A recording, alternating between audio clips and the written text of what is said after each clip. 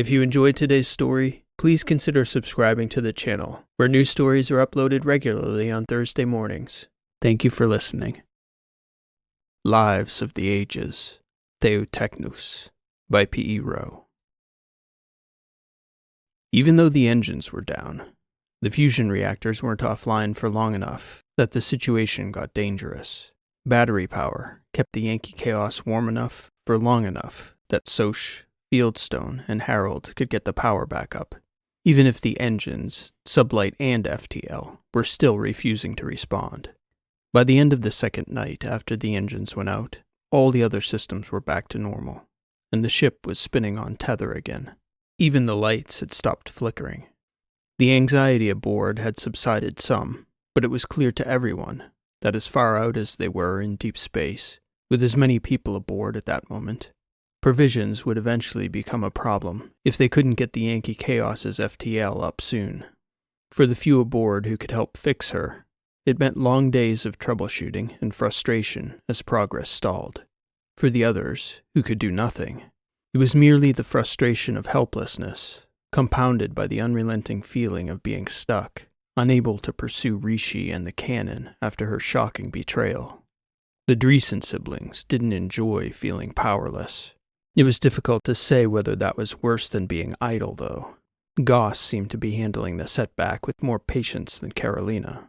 But by the third full day of working on the engines, after Soch and Fieldstone gave up for the night and headed to the table in the atrium for dinner having made no progress, everyone seemed on edge.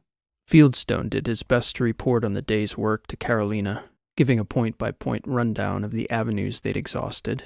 Soch only chimed in briefly to reassure her. "We'll get her, boss," he said with a warm half-smile. "She hasn't failed us yet." Everyone had been so focused on the shock of Rishi's betrayal and the dire situation getting the ship online again that the various reports from the returning crew members seemed a distant concern. If Soch hadn't been their best technician, Carolina would certainly have asked for his account of his time on Iophos.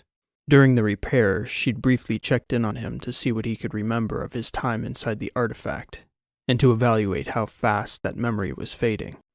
"I remember it all," he told her, clunking a metal finger off the plating on the right half of his head. "I think it might be on account of my adjuncts sucking up all those memories right when I got back. I got a perfect account of everything. Just not sure what's relevant yet, you know?" "That's good to hear," she'd replied. "First things first." That was true. At that point, they'd only just gotten the heat and the scrubbers on again, and all their intel was going to be moot if they couldn't get back to the inner battery to act on any of it.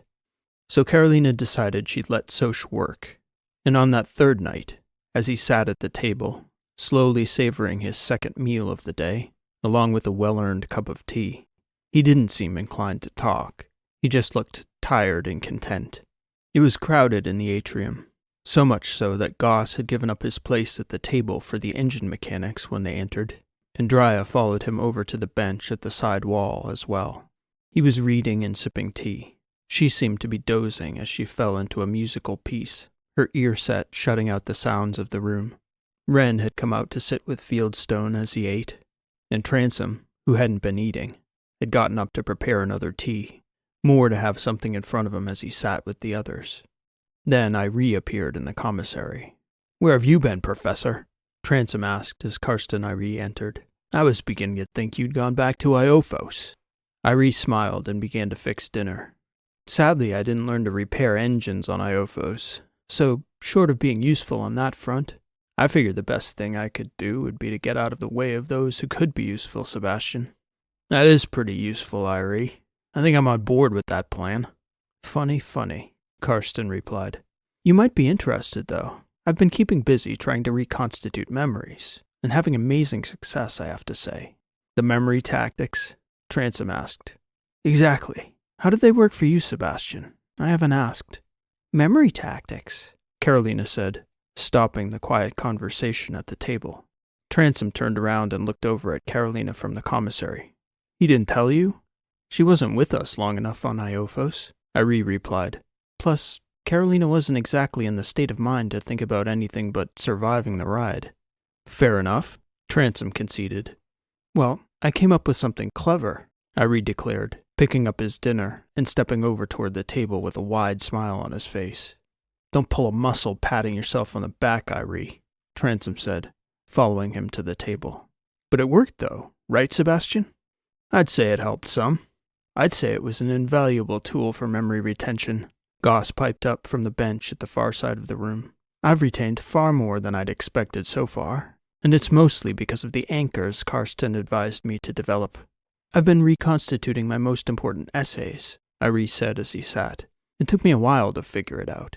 It seemed a great shame to me to go into the artifacts, live this entire other life, and then have it almost completely slip out of your memory in the first few days. I was thinking about that a lot on Iophos, and I came across ancient mnemonic techniques. I think the critical point was to use a mental map from our original lives. For me, it was a mental map of the city of Ithaca, so whenever I had an important discovery in my travels after I left Iophos, I'd place a mnemonic anchor on a mental map I knew faultlessly from our world. I was able to reconstitute the essay of our lives on Iophos almost perfectly, I think, paragraph by paragraph. And now I'm going through my major essays." "Major essays," Transom replied, grinning. "Listen to you, Professor. Sounds like you think you actually learned how to write." Irie shrugged and shook his head, smiling. "I'd like to think so. Improving my writing while I was there was good advice on your part, by the way, Sebastian. I never properly thanked you for that encouragement, I don't think." "Happy to be helpful, but you did. You just don't remember it." Transom was grinning. Soch laughed. "I also must have forgotten you have a sense of humor," Irie replied. "I didn't put that on my memory map." "What else did you put on that map?" Carolina asked. "Anything useful to our cause?" Irie considered the question for a moment, stroking his chin. "It's hard to say, Dreesen. It's not necessarily that I can't remember that other life. It's just difficult to discern which experiences might inform us now. Far too many interesting things to mention in a single meal. The technique certainly isn't flawless. It's still been a struggle to remember certain things, even important things, but I have 3,417 anchor points on my mental map. I've written them down now, and I'm going to build them out as best I can in the coming months." "You wrote over 3,000 essays, Karsten?" Carolina asked, wide-eyed. No. I wasn't quite that prolific. Those are just my memory points, places I traveled, events, facts I thought critical to retain. I wrote and rewrote perhaps 50 essays, of which I published about half that." "What are you working on now?" Transom asked. "Funny you should ask, Sebastian, because I had this thought about the discrepancies as I was working on this essay.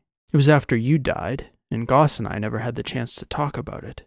But I wrote an essay in the vein of the eyewitness accounts that the Charon historians often put into narratives as lives, just as Plutarch recorded them in ancient Rome. Lives of the ages, Transom said, nodding, like Darby or Chin. "Exactly," Irie replied, his enthusiasm surprising the others, even to the point of a subtle, suppressed laughter from Soch and Wren, which Karsten either missed or completely ignored. "And the interesting thought I had was whether his life even existed in our world. I know this man existed inside the universe we experienced within the artifact. What about here?" "You could start with his name," Transom suggested. "If none of us know it, odds are good he never existed." "A good thought, Sebastian. But the man I wrote about, who may be the most notorious Athosian who ever lived, went by a name almost nobody in the Battery had ever heard. His name was ÞeoTechnus." "Doesn't ring a bell," Transom responded. Irie looked around the room. Everyone else shook their head as well. "He may very well exist here, too," Irie said. "Apart from my record of our own travels, it's the first essay I've mostly completed since returning. Would you like to hear it?" "Do we have a choice?" Soch joked. "Don't pretend you don't enjoy a good story," Karsten said. "Yeah, metal face," Transom said. "I do," Soch agreed, laughing. "But you better get on with that, Irie. I'm on about 4 hours sleep, so I'm fixing to pass out." "I'll get my tablet," Irie said. "Hang on." Karsten left the room with the same enthusiasm. "He sure likes history," Drya said, setting off a spate of laughter from the others that had barely subsided before Irie returned. He sat back down at the table, still having taken not a single bite of his cooling dinner, and then, without any further ceremony, he began reading. "Lives of the Ages, ΘeoTechnus, a biographical account recorded by Irie of Athos. As the saying goes, when in Athos, do as Athosians do. It's a maxim that sounds as peculiar to Athosians as the universal refrain many visitors to the Great Ring note as odd to an outsider's ear. For Athos, for all of us. The strangeness of that Athosian refrain usually stems from the context, instead of a polite exchange of thank yous following a purchase, for example, as one would see elsewhere in the Battery. A foreigner might ask how buying or selling a snack, an item of clothing, or a piece of home decor would be either for Athos or for all of us. To Athosian ears, though, the phrases serve as a polite reminder to ourselves that each Athosian is always engaged in the process of maintaining and improving the greatest society in the history of humanity. It is an ongoing project that requires the participation of every citizen, regardless of personal identity, ability, or social stratum. What tends to surprise outsiders is the near ubiquity of the social project. Yet, before long, without fail, even outsiders find themselves answering the first phrase with the second, because on Athos, it is custom to do as Athosians do. This universal sense of civic duty is what makes ΘeoTechnus so improbable to Athosians who've heard of his unique life. It is also what makes him so reviled among the few who remember the name. Doubtless, it was this atypical rejection of his Athosian civic duty that both led to his own radical turn and to the wholesale censorship of the existence of this pariah, whose true biography was only ever known to a select few Athosian cultural gatekeepers. But, ironically, it was also the Athosian sense of civic duty that first made him, and then made him bitter when it cut against his prospects, and then his principles. For ΘeoTechnus was a man of principle long before he became an iconoclast. Also, doubtless, it was the Athosian sense of civic oneness that hastened the desire to forget the man ever existed, soon after he left the ring for good. For the citizenry of Athos, it was just as well that ΘeoTechnus never existed. For Athos, for all of us. ΘeoTechnus was born Chiron Lad Seer, just outside Baston in Desh's quarter, with little to suggest that he, of all young citizens of that sleepy suburb, would live one of the most remarkable lives of any of the billions ever to walk the ring. Among his friends growing up, he went by Lad, and in his early teen years distinguished himself among his peers as a smart, hard-working, and passionate citizen. Lad was 15 when his father, a logistics technician for a commodities import corporation, was offered a new position in Moses, Missouri, managing robotic deep space labor assets for a construction firm that specialized in framing megastructures, primarily cylinder habitats, both in Dreesen system and the nearby Indies. It was the first time Lad ever considered space travel or construction, as his life in Baston had always been focused within the community. Nor did Lad resent the uprooting of his young life at that stage. The move was far enough away that all of his friends were suddenly distant.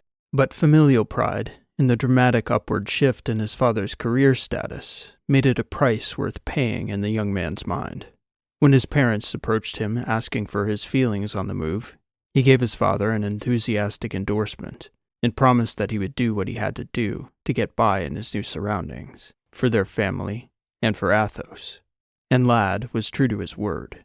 Rather than lamenting his lost friendships, he used his newfound status as outsider, and the solitude that came with it, as a chance to refocus, both on his studies and his future prospects, and the upward status that they now enjoyed in their new lives as a top-dwelling family in Moses, Missouri, prompted Lad to seriously consider deep space work as a lucrative and exciting career pathway. He turned all his scholastic and extracurricular efforts toward that end.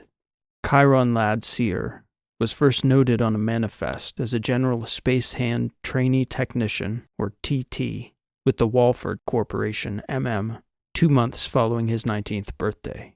He didn't return to Athos for over 5 years. Lad had grown accustomed to being a loner in the busy metropolis in Moses, Missouri. So when he went to space, the adjustment was smoother than for most greenhorn space hands of his age. He quickly gained a reputation as a hard worker and a sponge, defying the expectation of veteran space hands who were used to young, urban Athosians who had to be taught how to get their hands dirty. Lad showed up to every shift early, prepared and eager to get to work. And when his shifts ended, he spent much of his time in quarters studying. Whenever he was new on a crew, he studied the techniques of that crew's work tirelessly. As soon as he'd mastered that aspect of framing, he'd begin studying a new skill he was unfamiliar with. He never remained on a crew for long, and once he'd cycled through the available skills he could learn on a ship, he began searching for openings on other missions. In the 5 years he was crewing on framing teams, Chiron Lad Sear never signed a second 6-month term on a labor contract. At 23, Lad had mastery over a broad range of framing techniques, the individual jobs that went into them, and a unique sense of the business of framing in the inner battery systems.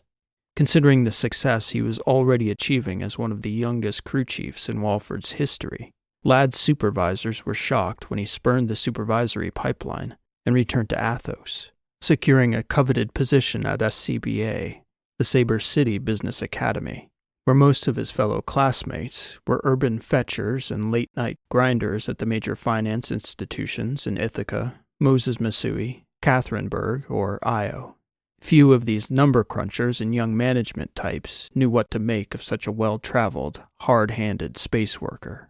For Lad, it was strange, too. The hard work that class of Athosian or Iophan was accustomed to seemed more like the reading he did to keep his mind busy following a shift joining structural beams in deep space. Similar to his time at Walford, during those 2 years in the business academy, Lad was such a different animal to his colleagues that he didn't spend much time socializing. And to the shock of most everyone, Chiron Lad Sear graduated 4th in a class of over 600 future business leaders of Dreesen's system. More importantly, he finished his education equally positioned to negotiate the financial centers at the root of his industry as the fine details of each build at the far end of the construction chain. It was this unique duality that prompted his old company, Walford, to offer Lad an executive position that was unprecedented for such a young worker. Had they studied Lad's history at their own corporation, perhaps they shouldn't have been, but they were shocked when Lad again spurned their offer, this one, with a contract so lucrative they couldn't fathom a man from his station rejecting it. Lad, though, as before, had other designs. He took executive positions at smaller, seemingly random deep space outfits. The first was a manufacturer of tools, equipment, and workbots for space-based construction, where he stayed for 18 months before moving on to a mining outfit for a similar term that specialized in asteroid mining and deep space refining of ore. Lad made a special name for himself among the miners of the Shur Chian Corp during his brief stint overseeing a lunar outpost near Naxos in Protectorate space. That Trask mine had gone offline after a micrometeor punctured the hull of the staff compartment of the crawler. It caused no immediate injuries, but resulted in a breach that dictated a shutdown of the unit's point-producing crawler. Lad received word from the site's logistics engineer that it was going to take over 2 weeks to get a structural technician from the crawler's manufacturer to the outpost, essentially shutting down the mine's most productive crew in the interim. Lad's logistician had already given word to the staff that they were welcome to take unpaid leave until the repairs to the crawler were complete. 6 hours later, though, the workers were shocked to be called back from leave, as the crawler was fully repressurized in the staff compartment and back online. They were even more shocked to find out how. Someone had hand-welded a patchwork hull plating cannibalized from the belly of an old short shuttle that was approaching decommissioning anyway. The disappointed workers began to interrogate each other as they filed back to the line, searching for the one who'd sabotaged their unscheduled holiday, slinging accusations and speculation about how many DCR the culprit made in the deal with management. The logistics engineer put the debate to rest by declaring that Lad himself had come down and welded the hull patch, and done a remarkable job of it, too. "Lad," one of the line oarsmen responded. "Who the hell's Lad?" "Lad's the EOS overseeing the whole outpost," the E-log replied. "That can't be right, boss," another of the oarsmen protested. "We heard he was an Athosian." Lad was Athosian. His ethos, to his core, even after all those years at space, could still be boiled down to the same 2 words, for Athos. And, as he approached his 28th birthday. Having gathered the constellation of experiences his ultimate plan required, Lad returned to Athos with a well-refined business plan, a vision for financing it, and a determination to change the way framing was done throughout the Battery. The corporation Chiron Lad Sear intended to found, headquartered on Athos, would come to dominate the entire deep space construction industry for generations to come. Lad wasn't just learning each trade in the complex chain of deep space construction to be a well-rounded tradesman or a smarter executive. He was learning the entire business with a theory in mind. Deep space framing was too inefficient. He'd been on job sites waiting for beams to come in from foundries halfway across the Battery, while the ores that made up the raw materials were 500,000 clicks away on the surface of a local asteroid. Similarly, he'd watched sites slow to a crawl when spot welding bots were poorly maintained, and replacement units were expensive, weeks in transit, and poorly suited to the jobs at hand. Lad had worked on sites at Walford and other framers, where more than 50 different subcontractors were needed to complete a single cylinder. This meant a small fleet of various types of commercial ships were all tied up on the same project.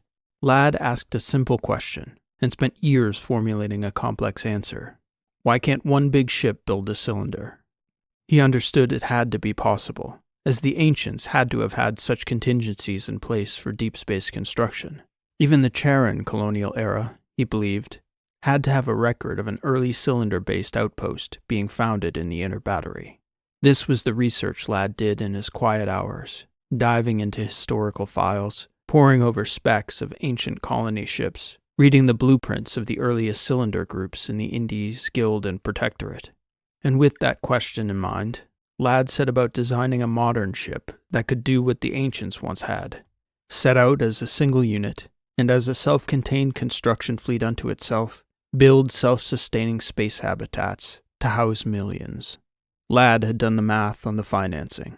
It would cost at the outset, but projections backed adoption of his methodology.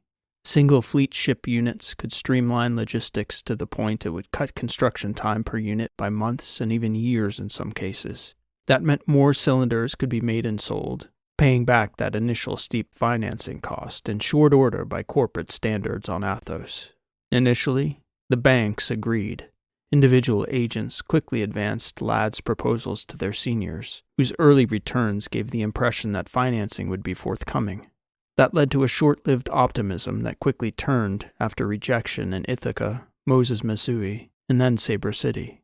Lad was so perplexed that he engaged a corporate attorney he privately financed, using the wealth he'd accumulated, investing all his salary from his early years at space. He strongly suspected collusion. It was a strange several months. From the time he was young, with the exception of his time at the business academy, Lad hadn't even kept a flat on Athos. He stayed in Moses, Missouri with his parents while meeting with bankers and business leaders all over Athos. It was this fortuitous stay with his parents that led Lad in a direction he previously wouldn't have suspected. His father, with decades more experience in the Athosian corporate environment, suggested that Lad consider alternative avenues. It might not be the numbers, he told Lad. It might not even be collusion among your competitors. The ring is everything. All banking transactions go through regulators. The Athosian government protects the ring. Lad couldn't understand yet why a more efficient construction methodology out in the Indies would pose a problem for Athos.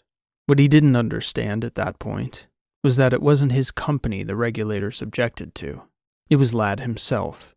That lucrative a change in such a major market would vest more economic power in a single, young, unknown individual than the Athosian civic leaders were comfortable sanctioning. His attorney, after several months of investigating, came to the same conclusion. Lad couldn't conceive of incorporating anywhere but Athos, but he had no choice but to explore financing outside Dreesen's system. The numbers fell short. It was the most trying time of Lad's young career. He'd worked for over a decade to build a personal and financial portfolio to put himself in the position to generate a foolproof proposal. To find out that it was always going to be rejected, regardless of its merits, was the first crack in Chiron Lad Sear's faith in the Athosian ethos. Ladd, though, wasn't to be deterred. The major expense for Ladd's methodology was a gargantuan anchor ship that would house fold-away units that affixed to a single central spire for travel between sites. Once on site, the ship would then unfold, releasing mining units, 2 major foundries, thousands of framing bots, and all the particular divisions needed to frame and finish a cylinder. The build and design of such a massive anchor ship was the single most significant expense to get Ladd's operation running, and he couldn't find the financing for that initial expense anywhere in the battery but Athos. Ladd began to think along different lines. Instead of a single ship, he began to explore the idea of a dedicated construction fleet. At the center of that fleet, Ladd realized, the designs for old colony ships would still be on file on Charis where they originated. Even further, there were still colony ships somewhere in space within the battery, either decommissioned, repurposed, or floating derelict. Though there would be no way to redesign one of these ancient ships to carry the entirety of a modern construction fleet, they could be refitted to attach many of the divisions and their ships. The rest could arrive separately in support of the main ship, and though the cost to bring an ancient colony ship online would be significant, it couldn't approach the cost of designing and building a construction fleet ship from scratch. Again, Ladd dipped into his personal wealth to hire engineering firms to design and price such a refurbished colony ship. He then pursued financing from several smaller pools of intersystem banks out in the Indies, the Protectorate, and the Ateran Guild. It was a slow first 5 years for the Haven Sear Corporation, as Ladd demonstrated his process with the first few cylinders. But within the first decade, not only had Ladd established 7 dedicated construction fleets, but he'd repaid his debts and was halfway to self-financing his original vision of the single-ship construction model. In retrospect, Ladd was grateful his original plan got derailed. Not only was his company succeeding despite the Athosian government's wishes, but it had larger margins, higher growth, and had enabled him to refine the logistics of the cylinder construction process to degrees Ladd wouldn't have been able to achieve from the start. Soon, he was building new framing fleets at nearly the same rate as new cylinders, and Haven Sear was the fastest rising corporation on Athos. And, just as when he was young, Ladd didn't return to Athos unless he was forced to for some unavoidable business function. He managed diligently from the top, and he did so out in space, jumping between work sites to monitor his site chiefs and executives, continually refining the corporation's construction process and logistics. He went nearly 8 years from his late 30s into his mid-40s without ever returning to Athos. Sure, he followed the news and the markets, but Ladd had work to do. Even then, still, he would have framed his deep dedication to his company's growing dominance as motivated by a desire to prove Athos' standing. The preeminent force in space habitat construction should be Athosian, Ladd thought. And not only should it be dominant, it should be as superior as Athos was to every other colony in the battery. It was still all for Athos.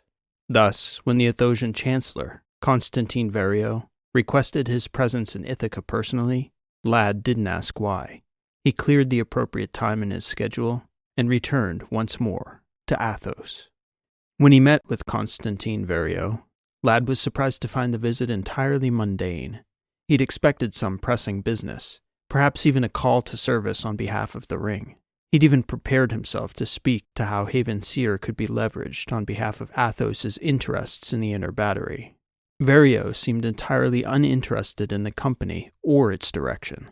Instead, he seemed focused on introducing Ladd to the powerful families in Ithaca. He met the Dreesen, Ball, and Sailor patriarchs, as well as their children, who all seemed largely bemused by a man like Ladd, who'd single-handedly fashioned himself into a business titan without family backing. Ladd found these transgenerational houses to be similarly foreign animals. His fiery ambition seemed entirely lacking in the children of these Ithacan powers. They spoke uniformly of stability and standing, a steady Athos. By the end of the trip, after lunches, dinners, and meetings with corporate and government leaders, Ladd came to the conclusion that the Ithacan machine was measuring him, trying to determine how they would best fit a man like him into Athosian society, if they could. And He got a sense that there was trepidation about the accumulation of such a power that they couldn't directly control. Ladd left Athos more annoyed than anything, with little in his perspective changed. He'd never cared what Athosian high society thought about him or his business, and he didn't then. He only cared about growing Haven Seer into the battery's largest force in deep space construction. On that front, things proceeded apace. Ladd did, however, meet a limiting factor beyond his company's control. His researchers had located only a small number of original colony ships that could be reclaimed, and Ladd was quickly approaching the point where he couldn't go to that well again. His original design would be the only viable option for expansion of the fleet. Once more, Ladd defied expectations. He discerned that the risk of that shift wasn't supported by the numbers, as much as he desired to finally bring his original vision into being. Instead, Ladd decided to shift the company's focus from the construction of individual cylinders to the production of entire cylinder groups. Instead of building physical assets like anchor ships, he would build organizational assets, recruiters, organizers, and habitat prospectors and investors. Shares, large and small, could be sold to establish entirely new colonies, and his current fleet resources could be pooled to continue to maximize production growth without any new ships being part of the process. When Ladd tested the concept with an Athosian marketing agency, it caused a buzz in the Athosian markets as large funds and individual Athosian investors alike saw a huge opportunity to become real estate investors at whatever scale fit their investment budget. The testing on the concept came back so strong that the backlash among fund managers produced an instant new category of speculator they derisively dubbed pocket landlords. But if the numbers Ladd's marketing agency returned were to be believed, there would be no competing with the millions of pocket landlords if Haven Seer decided to refuse bids from the large Athosian funds. In the ordinary Athosian family, Ladd had found a near bottomless source of funding that would change the deep space construction market in the inner battery irrevocably. And as the buzz simmering around Athos seemed on the edge of boiling over, Ladd was called to Ithaca again, this time by a new chancellor, Eamon Ball III, a younger man he vaguely remembered meeting on his first tour of Ithacan society. Their meeting hadn't been particularly friendly. When he arrived this time, Ball kept Ladd waiting. There were no parties or fanfare, just a quiet meeting off books in the chancellor's private office in his residence. Nor was Eamon Ball particularly cordial. He cut right to it. "We stand at odds," Ball stated, "regardless of what your motivations are, Mr. Seer. The forces you've stirred up in the markets are nearly as disruptive and unhealthy for the markets as the zeitgeist you've aroused is for the people. I only wish for prosperity. Athosian prosperity specifically, Chancellor," Ladd told Ball. "My company will grow, but more importantly, that growth will position millions of Athosians to grow their personal wealth through real estate holdings offering. I don't see the problem. The problem is that you can't simply build a cylinder group. You haven't thought of all the barriers to standing up an entire society from scratch. You might be able to build 50 cylinders in 7 years, as you've allegedly promised to do, but you won't be able to feed the 10 billion people you'd need to move there in order to sustain a colony of that size. It'll never happen, and a failure of that magnitude, both in the markets and in the psyche of the people, will fall on me to quell, regardless of how I feel about your certain downfall." Ladd had done the calculations. He knew exactly how much area needed to be dedicated to agriculture to sustain a colony of that size. "I'm sorry, but I disagree, Chancellor. I've planned for the necessary agriculture. If there's an element I'm missing, I'm happy to factor that in. You're a builder, and a peerless one, Mr. Seer. But you build structures, not societies. Thus, you've failed to account for one of the most critical inputs, and it's too tight a market to shift so drastically, so suddenly. I'm going to have you meet with the Minister of Agriculture while you're here in Ithaca." "Regarding what, sir? What have I overlooked?" Ladd was perplexed by the Chancellor's one-word response. "Phosphorus." He was even more perplexed by the detailed outline he received from the Agriculture Minister the following day. That lone element, a critical input in agricultural production, was both in high demand and simultaneously was not traded as such on commodities markets. It was negotiated among governments. There were minor sources that popped up every now and again, but these small pockets were too unreliable to stake a major population on. The one source of regular output came through Charis. Though the meeting was informative, Ladd was deeply troubled. He couldn't articulate exactly why, but as he continued to ruminate on the matter, it troubled him more and more. Of course there were physical limitations to human expansion, in all sorts of domains, but to him, it seemed like this limitation had to be artificial. The tight control amongst the major governments of the battery systems seemed cartel-like, designed to prevent an expansion outside of their tightly managed purview. Ladd began to wonder what gave them the right to prevent their own citizens from breaking away in a manner of their choosing. Free people, he'd always believed, should be able to control their own destiny, so long as it didn't infringe upon the security of others. And the conversation with the agriculture minister left him feeling that such a breakaway group could never happen without the blessings of the already established powers, not without kissing their rings. And further irksome, Eamon Ball III had already issued direct statements urging people to take care in any speculative investments, warning that business prospects that seem golden in proposals often fail to materialize in the real world. This was followed by advisories from lesser economic ministers pouring cold water on the prospect of pop-up colonies that could house billions. The pocket landlords were disappointed. Great projects needed time to grow. Ladd left Athos perplexed and angry, but not before directing his researchers to look for alternatives to the trans-governmental cabal that had a stranglehold on phosphorus. Shortly after leaving Athos, he received a perplexing report. It detailed the management of the trade of phosphorus at a civilizational level. There were what the major powers referred to as micro-pockets from small mines. These couldn't sustain any of the major civilizations, nor could they tip the balance in markets. The one reliable source came from Charis, and was referred to in government files by the acronym C²M³, Corporation for the Charon Macro Mineral Mine. Its production methodology was purportedly known only to the governments of the major powers, and its output was so steady that Ladd inferred some sort of off-books treaty or common understanding. At the root of it, if indeed there was a single source for such a vital mineral to human civilization and its growth, either that source had to be so secure that continuity was guaranteed, or there would have been a quiet urgency within the highest levels of the governments to identify and exploit other sources. Yet no such efforts existed. So Ladd came to the conclusion that C²M³ had to be a nearly inexhaustible and foolproof source for the foreseeable future. It was also a kind of public trust, but it operated completely outside the scope of the public eye. Again, he was troubled by the sense that unseen powers were making decisions on behalf of humanity, with neither consent nor debate. Ladd understood that he was now venturing into territory that powerful people over many generations had sequestered outside common knowledge. One didn't step heavily or clumsily into such territory. He quietly retained a security firm from Hellenia to report on the workings of C²M³, insofar as they could trace back the secret firm's operations. Regardless of how that investigation played out, it was a major setback for Ladd.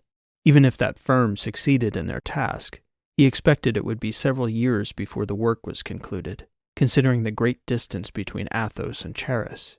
And in the interim, Ladd had no way to petition the parties that managed the distribution of the vital agricultural inputs he would need to stand up the massive cylinder groups he was hoping to build. In the meantime, he commissioned designers to explore the construction of his megaship. He met more frustration as that process dragged on, because even as he believed his engineers had settled on a workable design, Haven Seer couldn't find a shipyard in all the battery willing or capable of building such a behemoth. For those years, Ladd's company had little choice but to tread water. Finally, after nearly 4 years had passed, the Hellenians returned with a story Ladd found almost too strange to be believed. They claimed that after covertly backtracing the phosphorus supply, they'd located a single source as a system called Addis, which was several weeks' travel from Charis, and similarly unknown to the Charon populace as it was to the ordinary people of the battery. The system was uniquely awash in phosphorus and other critical agricultural inputs. Yet, according to the Hellenians, the space was impenetrable by traditional spacefaring vessels. Their researchers found few records that the system even existed in the Charon public archives, and the references they did find spoke of a system that was so kinetically active, filled with asteroids and debris from a high-velocity planetary impact, that when they approached, navigational computers all but guaranteed a vessel's destruction within the first day of entry into the system. Yet a steady supply of minerals could be observed emanating from the ADIS system in regular intervals that was picked up in interstellar space. These steady drops had to have been prearranged, which meant that some entity, the Hellenians suspected a prime AI, had to be operating a mining outpost within ADIS. Where such an outpost could possibly be located, or the logistics of it, were entirely mysterious to the investigators, who didn't dare enter the system. Ladd considered their report for several weeks before deciding that if his company was going to be forced to tread water, one of his lieutenants could operate Haven Seer while he went to see about ADIS and C²M³ firsthand. For one of the few times in his life, Ladd splurged on a luxury item, a high-end yacht, so he could make the long transit back to Charis in comfort. For Ladd, a year-long space voyage at that stage of his life gave him far more time to reflect on his circumstances than he'd ever had before. Absent the duties of running his corporation, there was little to do but read and ponder.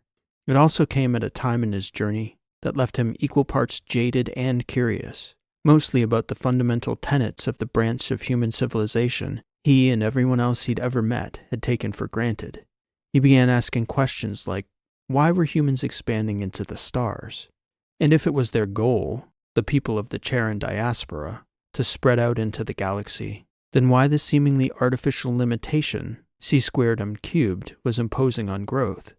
And who the hell were the people governing that growth, and what the hell gave them the right to do so? Most of his reading consisted of colonial histories, both from Charis and the early days of the colonies that spread into the battery systems from their seed world. Part of this research was to satisfy his curiosity, and part of it was to prepare himself to understand Charis when he arrived. Of any known human civilization, she had the deepest, most complex roots. Ladd didn't like the idea of simply appearing and bumbling around like an ignorant tourist, poking his nose into ancient systems he didn't faintly understand. Indeed, he was such a diligent student that when he finally arrived, he found the major cities largely familiar to him. Before long, he retained a private cohort of researchers in several major cities to pull on threads in academia, the corporate world, and the Charon government, which he hoped would lead to answers regarding C²M³. Several months after arriving, one of his most resourceful researchers put a name before him, Philion. She also identified an association between one of the earliest known clones of the AI Saraswati, who'd suddenly vanished in Philion's time, with no subsequent record. Similarly, this Philion, well known to be a peerless scientific mind in his time, simply vanished with no death record, obituary, or known descendants, nor were there any testimonials from his lifelong friends or colleagues. Even more bizarre, this same Philion's name came up in the work of another of Ladd's researchers, who happened upon an odd reference to C²M³ in a declassified government archive that concerned work on genetic immortality and cosmic biology. It wasn't much to go on, but it was a curious enough coincidence that Ladd instructed all his researchers to pursue any information relating to this Philion or his work. After several weeks, Ladd had seen enough curious data points that he decided to approach a high-level government official who worked for the arm of the Charon bureaucracy that administered C²M³. Ladd simply asked him, "What does Philion have to do with the mines in the ADIS system?" The functionary's eyes told him everything he needed to know, even though Ladd was told nothing and discouraged from pursuing the bizarre and absurd line of questioning. Ladd left his researchers to continue pulling threads and boarded his yacht.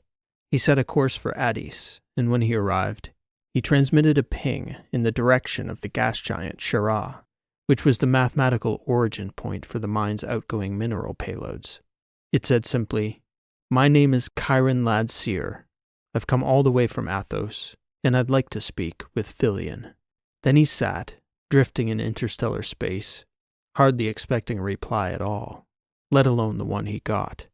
After nearly 18 hours, a voice came back from within the system. "This is Filion of Charis. What can I do for you, Mr. Seer?"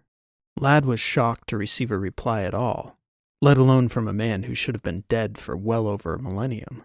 He was happy to have such a long delay in communication. It gave him an excuse to take some time before responding. When he did, Lad chose his words carefully. "Respectfully, I would like to discuss both the specifics and the morality of placing artificial limitations on human colonization, as I am interested in human civilization and galactic expansion, as I understand you are as well, Filion." Again, he waited the better part of a day before hearing back from Filion again. He asked Lad simply, "Which of the colonial zones do you represent?" Lad again considered his answer carefully before responding. "I am from Athos, sir." "Very well," Filion replied, after another long delay. "These fundamental questions are important to revisit every several centuries or so. The balance was carefully considered at the outset, but events unfold in ways that cannot always be foreseen. I would welcome a dialogue as well as news from the battery." What followed was a weeks-long exchange that changed Chiron Lad Seer's understanding of human civilization. Filion divulged information Lad could only characterize as world-shaking. The speaker claimed to be the same Filion born on Charis in the early colonial era, preserved through a unique process of genetic adaptation and sleep stasis aboard a biological spaceship of his own design. The mine he operated as a service to humanity, ensuring that the human race could expand outward from Charis at regular and reliable rates. The mine's production had been calculated at the outset among human leaders and the original charter colonists to ensure an orderly progression of civilization into the stars that maximized stability. Lad found Filion to be exceptionally accommodating, as well as friendly and brilliant. He provided the foundational philosophical works that informed the original thinking behind the Charon colonial epoch. Lad listened patiently to each of Filion's messages, betraying none of his core frustrations, asking pointed questions about the reasoning and motivation of the colonial thinkers, posing challenges to their viewpoints informed by real experiences of the peoples of the battery. It was such a shocking and revealing conversation that he, the consummate Athosian, somehow found himself asking Filion how it could be justified that Athos could be weighted so heavily by C²M², whose outputs functionally dictated where the weight of power lay in the battery systems. The best answer Filion could give was that the weight would inevitably settle somewhere, and Athos had proven the steadiest of all societies by virtue of her great population size and physical circumstances. The exchange lasted nearly 3 months. By the end of it, Filion had discerned that Lad wasn't a governmental actor, as he'd supposed at the outset, but he was glad to have shared such a deep and important conversation. He implored Lad to think carefully on his actions, including the effect sharing such information could have with a society that needed stability above all else. He gave Lad a library's worth of reading to complete before he acted rashly. For his part, Lad promised not to betray the trust Filion had placed in him during their exchange. He promised that he would deeply scrutinize the founding philosophy of their shared civilization before drawing any conclusions, for one cannot make an informed decision to reject a philosophy they don't fully understand. It was the most profound irony that Lad's legacy was destined to be that of a reactionary, for he spent the entire return voyage to Athos fulfilling that very promise he'd made to Filion toward temperance. He performed an exhaustive examination of the deepest principles of purist thought, even to the extent that he questioned his own purposes. Why insist on building bigger and faster than before? Did that serve humanity in any new or useful way? Or was it potentially harmful to the human project? How so? The question that bothered Lad most after speaking with Filion, though, was no longer the distribution of phosphorus, or even about how it was used to limit human expansion. He grew more and more curious about Filion himself. How had this uniquely brilliant man been allowed to make himself functionally immortal? In his responses, Filion had seemed to indicate that it was a decision beyond him, made by the powers that be, conferred upon him. Who, then, decided that?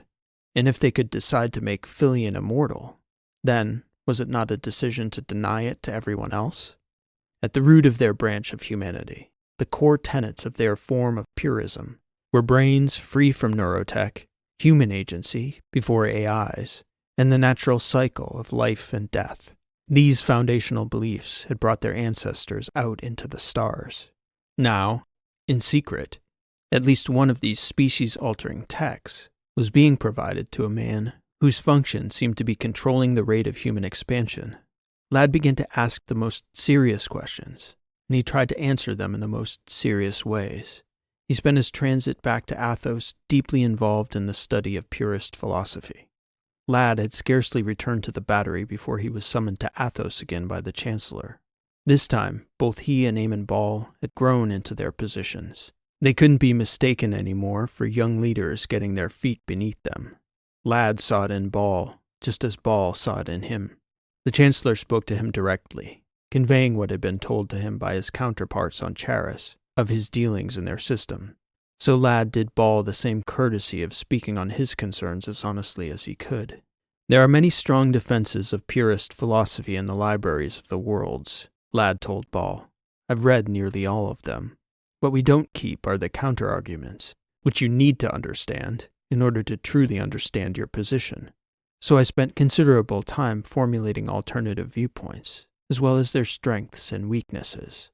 That is the concern, Ball replied. Such ideas are dangerous to the stability of human societies. Who put stability at the top of the hierarchy of desirable outcomes? I can understand why a chancellor would value it best, but what about an entrepreneur? Or better yet, 1,000 of them? It is easy to ask such questions. It is not easy to keep disparate human groups from warfare and self-destruction, even those that share language, philosophies, culture, and foundational beliefs. Before you tempt fate by striking out at those foundations, you need to consider what the galaxy would look like for the hundreds of billions who rely upon a stable society to thrive. And who decides what it means for a person to thrive, Chancellor? Does free will not afford each person a say in setting their own standards? Or is that too dangerous a proposition for stability? There must be balance, or else there would be anarchy and warfare. Surely you're not advocating for either outcome, Mr. Sear. Just now I'm not advocating for anything but a fair examination of the philosophy that places invisible limits on human agency by men like you, Chancellor. This is why the great families of Athos viewed you with trepidation, Mr. Sear. There is depth to our traditions, wisdom that dates back to the earliest years on Charis, passed down to those ancestors from the columns, all rooted in hard-earned lessons learned from millennia of mistakes on Earth. Where would our society be, do you think, if we had the wisdom of Sarno to guide us today, the genius of Einstein, Hartsock, or Dahl? I am an Athosian first, Lad told the Chancellor, so I do not seek to disrupt the peace of our most remarkable world, certainly not for my own ego. However, there was a nagging question I could not answer on my return from Charis, and it was a simple one. If phosphorus is genuinely a limiting factor in human growth throughout our sector of the galaxy, and if, as is the case, that Addis has this element in abundance, then why is there just one Filian mining it? Unlike you, sir, I have been there. I saw the spectroscopy in the system. I did the math. The current supply is but a trickle, drawn from a lake so vast it dwarfs the horizon. So I ask you, why only one Filian? Some questions precede even men of my standing, Eamon Ball III answered. But I will warn you, Mr. Sear, and I issue this warning, drawn from that same deep well of wisdom I referenced before. It was taught to me to first respect the order of the way things are. Just because you do not know the answer for why they are that way, doesn't mean there isn't a good reason. In fact, that should be assumed before all else. Presume you are ignorant before the millennia of wisdom that preceded you, before you go picking at society's foundations. Hundreds of billions have a lot to lose if those foundations crack, and none of those billions give a toss about your curiosity or sense of fair play. Some of those billions are powerful and care for the responsibility vested in them by their fellow human beings, and they will defend the status quo At all cost. I understand, Ladd told the Chancellor. You needn't call me back here again. Ladd left the Chancellor's offices in Ithaca, neither discouraged nor angry. He was thoughtful. He looked around Athos at a civilization of hundreds of billions. And for most of them, for all but a vanishingly small few, Athos was working. The people were happy and prosperous. They had pathways to all the human necessities: family, community, food, excellent places to live, meaningful work and activities, a sense of camaraderie and belonging to something greater than themselves. And perhaps most important to a purist society, Athosians were deeply human. Ladd considered the question: if everyone here were given the choice to be immortal, how many would take it? Then what? How would the young fare in a society stuffed with stagnant residents who didn't vacate their jobs, their homes, their accrued wealth for 1,000 years? How many of these billions would be smiling in 100 years if he snapped his fingers and extended the offer? Or would they be at each other's throats? There was something to be said for the deep wisdom Eamon Ball spoke of. But after the longest period of contemplation of his life, Ladd reached a consequential conclusion. The wisdom of the past should be respected, but it should not be worshipped. They were people too, like him, and it was for people to constantly re-examine the foundations of their beliefs. It was one brilliant person, principally, who had founded this entire branch of human civilization. Why just the one? Quietly, Ladd began to search for people he thought might see things his way, and not just any people with specific abilities and skills. Some of those people were on Athos, some in the Indies, some back on Charis. He was quiet. Ladd had caught the Chancellor's meaning, and he believed it was a genuine threat. So Ladd gave the appearance of behaving well in his public actions, as he privately prodded about the foundations of their shared civilization. He tried to keep communications and meetings secret, and his personal philosophy private. Still, say what one may, the company you keep does give you away. And Ladd was seen keeping the company of geneticists. He was known to pay researchers in the Charon archives exorbitant sums for sequestered files, and he possessed the staggering wealth to become a nation unto himself, a nation where he set the rules. Chiron Ladd Seer was a man with a fleet of ships dedicated to space habitat construction. All he had to do was decide he wanted a civilization of his own. Ladd could build it. Chiron Ladd Seer was 55 years old when he vanished. The story told on Athos was that he was on his way to oversee a cylinder build in the Ateran system CB-14-3, which was to be a habitat for local asteroid miners who'd grown tired of living aboard ships while traveling to and from work in the local systems. Weeks and then months passed, and no sign of Ladd's fleet appeared in Ateran space.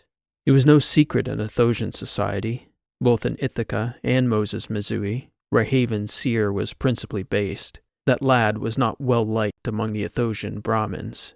Every first-generation tycoon on Athos is an outsider among the Great Ring's elite. But most take the cues from the old families. They step into line. Instead, Ladd went out into the battery systems and built. He built cylinders, and he built his company. And when the old ways got in his way, he questioned those ways. Over the course of a lifetime, Ladd's pattern of stepping away, rather than into line with Athos, left him with few allies at home. The very mention of his name among the elite made for more than a few frigid moments in society functions. Guild authorities in Ateran space invested considerable resources into locating Ladd and his missing fleet. As they did, it did not go unnoticed, both in the Guild and the Protectorate, that little assistance from Athos was forthcoming. Many drew the conclusion that Athos either knew something they didn't, or had little desire to locate Chiron Ladd Seer. Within 6 months, as was outlined in the corporate charter, the interim chair of Ladd's company became the caretaker. His leadership, already trusted by the executives of Haven Seer, following his careful stewardship during Ladd's travels, became permanent 8 months following the fleet's disappearance. And on the 2nd anniversary, the company issued their final report on their internal investigation. Blame was placed on faulty multi-ship syncing of fleet navigation computers. a widely used practice within Haven Seer. The navigational technique was previously seen as low risk and visually impressive, as numbers of commercial vessels materializing simultaneously on a novel worksite made for a bold entrance. The theoretical mathematics posited that a minor error in transmission between ships likely led to a collision in hyperspace. They doubted any debris from a resulting explosion would ever be identified. Days later, Chiron Lad Seer was officially declared deceased. He was never heard from again. In his writings, those that remained in his office and residence on Athos were brought into the Athosian National Archive and protected as sensitive for the sake of corporate integrity. His personal effects were ceremonially interred onto Athos, and his name inscribed on the Seer family memorial, where Lad was listed among the Seers, survived by his many living cousins, nieces, nephews, as well as his aging parents. They remembered him as a tireless businessman and a reliable benefactor, who supported the educational and entrepreneurial aspiration of all his younger family members, often surprising them with timely messages of encouragement, interest, and warmth, which stood in stark contrast to public perception. In the Athosian public consciousness, the name Chiron Lad Seer was most notably associated with the frenetic pocket landlord real estate bubble that never materialized, largely derisively. Yet there were Athosian students of business who took Lad's contribution to the Athosian corporate landscape far more seriously, including the Athosian Business Review, the preeminent publication of Lad's day, which ranked him at number 53 in its list of 100 most influential business leaders of his century for his deep space construction innovations and his unique grit in the formation of the Haven Seer Corporation nearly single-handedly. Posthumously, Lad also received a curious attribution as an anonymous critic of Athosian society. In several university news sites, a clandestine contributor known to the publishers to be a prominent Athosian business leader was given a wide latitude to critique the Athosian business paradigm of the day. That contributor wrote under the pseudonym ÞeoTechnus, a play on ancient word fragments, loosely meaning god of technology. The writer adopted this name as an ironic barb at the gatekeepers at the top of Athosian corporate and government structures, which he accused of collaborating to create an artificial status quo that hampered creativity and growth in exchange for stability across the battery.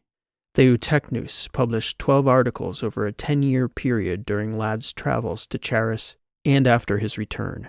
Following each article, the writer would sign off with the same tagline: "As it was in your great-grandfather's day, so shall it be in yours. ÞeoTechnus." The line also appeared verbatim in several correspondences in Haven Seer's corporate archives, prompting a young executive, 40 years after Lad's disappearance, to run a syntagmatic comparison of his prose through a Mycon clone, confirming the identity of ÞeoTechnus to be Chiron Lad Seer with 99.8% certainty. And, in the intervening 6 centuries since Lad's death, no shipyard has been contracted to complete his anchor ship to specification, nor have any major leaps in deep space construction shaken the Athosian market to the same degree as any of the advancements made in the time of Chiron Lad Seer. As it was in your great-grandfather's day, so shall it be in yours. For Athos, for all of us. ÞeoTechnus, Lives of the Ages. When Karsten finished reading and brought his eyes up to meet the others at the table, he was greeted by a quiet, measured skepticism. He understood why, but he waited as the energy in the atrium settled toward conclusion. He was curious to see how the discussion would begin, and he didn't have to wait long. "Well, shit, Irie," Transom said. "If I'd known that was going to be the result, I'd have kept my damn mouth shut about you needing to write. I'm not sure which was more boring, the life of ÞeoTechnus, or your writing about him." Everyone started laughing. It wasn't that bad, Sebastian, Carolina insisted, after everyone had a good long laugh.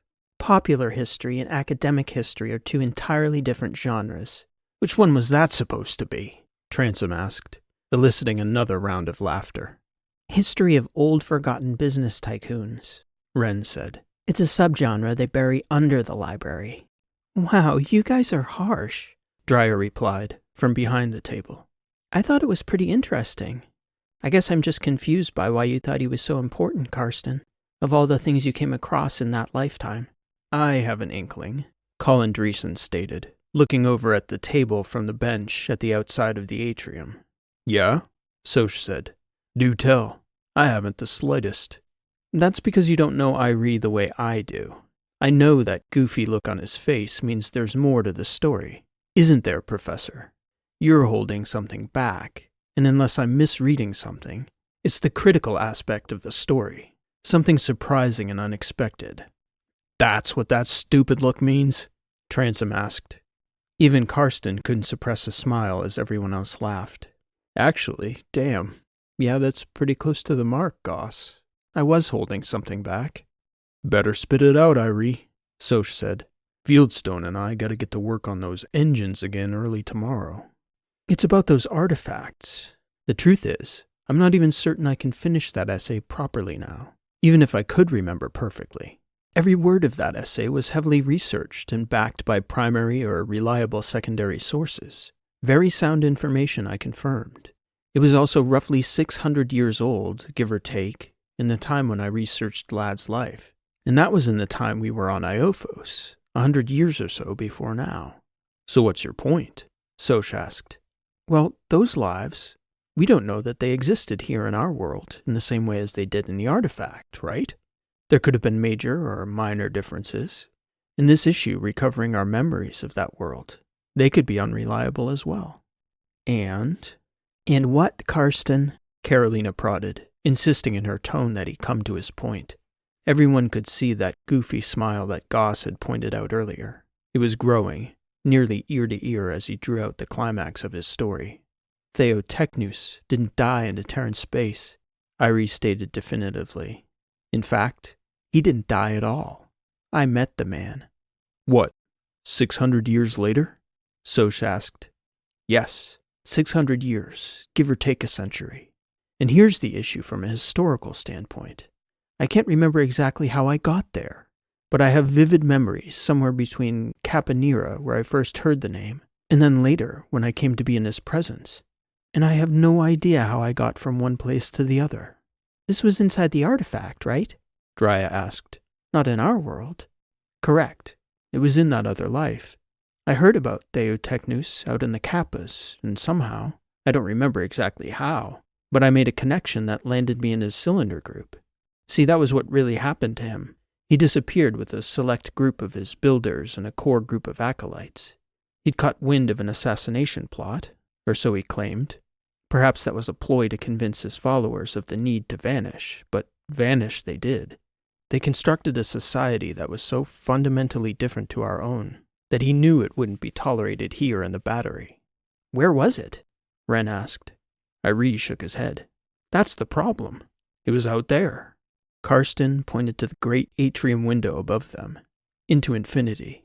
Somewhere, hundreds, thousands of light years away perhaps. Before I met all of you, I'd have found it an absolute absurdity to say the following, but I think we all know such things are not so far-fetched anymore. When I met ÞeoTechnus, he claimed to be over 700 years old. His core group of followers, Archons he called them, they were all centuries old as well. They had a strange culture that revolved around the awarding of immortality to the worthy, something that ÞeoTechnus insisted upon.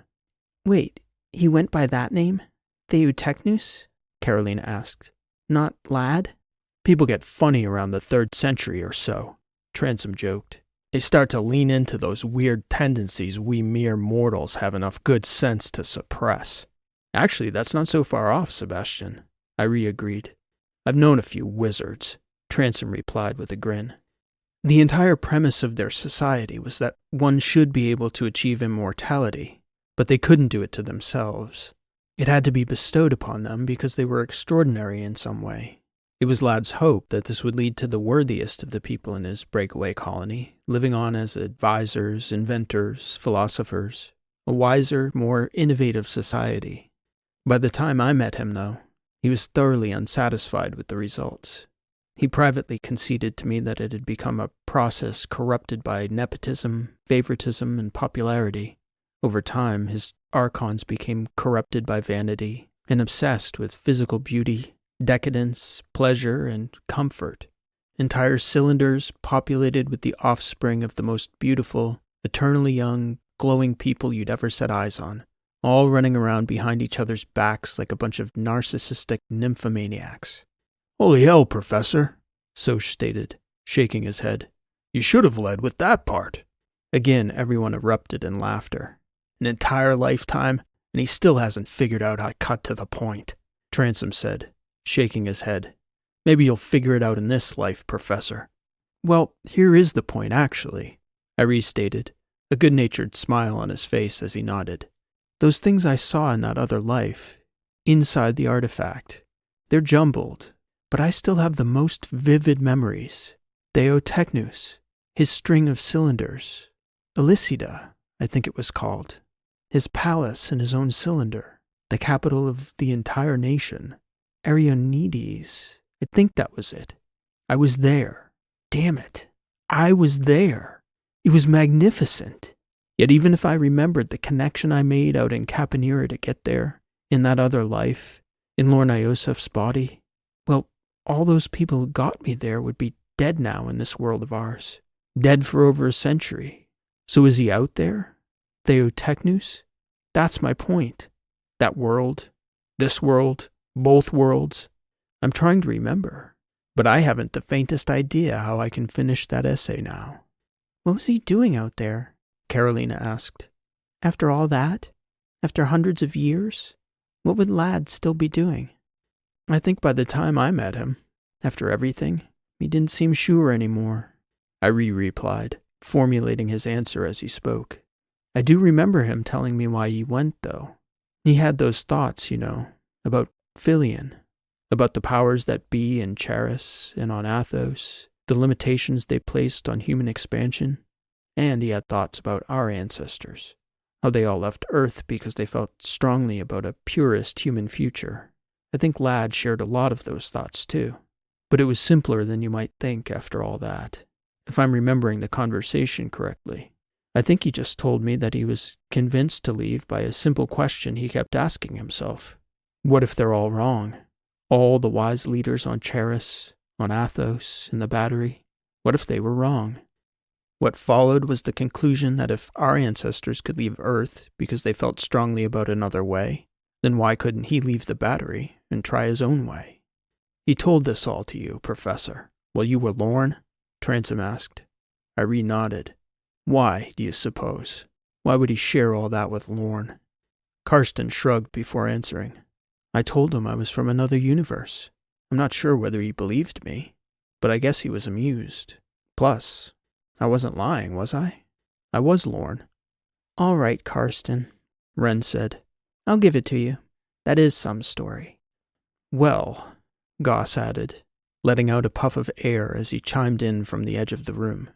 "Before all of this, these artifacts, you couldn't have pried what I'm about to say from my lips in a million years. State secrets and all that."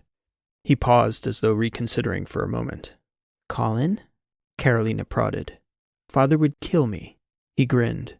"But who would believe a pack of thieves, killers, and rabble like you lot anyway?" "Spit it out, big brother," Transom said. "Philion of Charis," Goss replied, nodding. "The government of Athos can neither confirm nor deny, but I may have come across the name a time or two." "I told you," I said, grinning. "I had very reliable sources." "ÞeoTechnus," Soch marveled, standing up from the table. "I look forward to reading the revised version, half as long, starting with the immortal nymphomaniacs, and focusing mostly there. That's some history. The rest of the spaceship stuff and cylinder construction, I could take it or leave it." Transom grinned as he looked over at Soch. "Sure, metal face. Just as it was in your great-grandfather's day, so shall it be in yours." Lives of the Ages. ÞeoTechnus. This has been an original story, written and read by P.E. Rowe. Thank you for listening, and I hope you enjoyed this story. If you're enjoying the channel and you enjoyed today's story, I'd humbly ask that you leave a like on today's video, as it helps the channel to grow and reach more sci-fi fans like you. As we settle back into the flow of weekly stories, I'm going to be making a few minor changes to the channel that I hope will leave me more time to employ some different and hopefully more useful tactics for growing the channel. One of those changes is that I'm going to take a break from producing shorts in the form of the story trailers I usually release on Wednesdays before the stories come out. These sometimes take a couple hours to produce, from writing to recording to editing to uploading, and I'm not sure they boost the channel much. I do think they serve as a good reminder for a lot of people that a new story is coming soon, so instead of making shorts, I'm going to suggest a couple alternatives. I always publish the text of every story on Substack the day before each story goes live on YouTube or the podcast. So if you'd like a reminder for new stories, one great feature of Substack is that they'll email you a link to each story published by a writer you follow. Sci-Fi Weeklies is free to subscribe to on Substack, so if you'd like to get a reminder that way, you can find me at pero.substack.com. Simply subscribe there, and you'll be emailed every time I publish something new. I'm also going to be publishing the story cover art and a link to the text as a reminder here on YouTube the day before stories go live. Hopefully one of those two avenues serves as a good reminder if you need one. Otherwise, you can just plan on joining us Thursday at the usual time. On that front, next week on the 29th, we'll have a story on the topic of missing from a space colony, followed on February 5th by a story about poaching on Athos. Then on the 12th of February, we'll be returning to the Cypher Sigma series with episode 3. I hope you'll join us when those and other new stories come out. I'd like to thank everyone who helped boost last week's story by hyping, liking, commenting, and sharing. I'm grateful for all your help spreading the word and growing the channel. The more people we have along for the ride, the longer these crazy adventures will be assured to continue. If you'd like to support in other ways, books and audiobooks are always a great way, either for your collection or as a gift to a fellow sci-fi fan. If you'd like to tip the storyteller, there's a link to my support page in the description. We'll be back again next week with another new sci-fi story. Until then, thank you for listening. This has been P.E. Rowe, and we'll see you next time.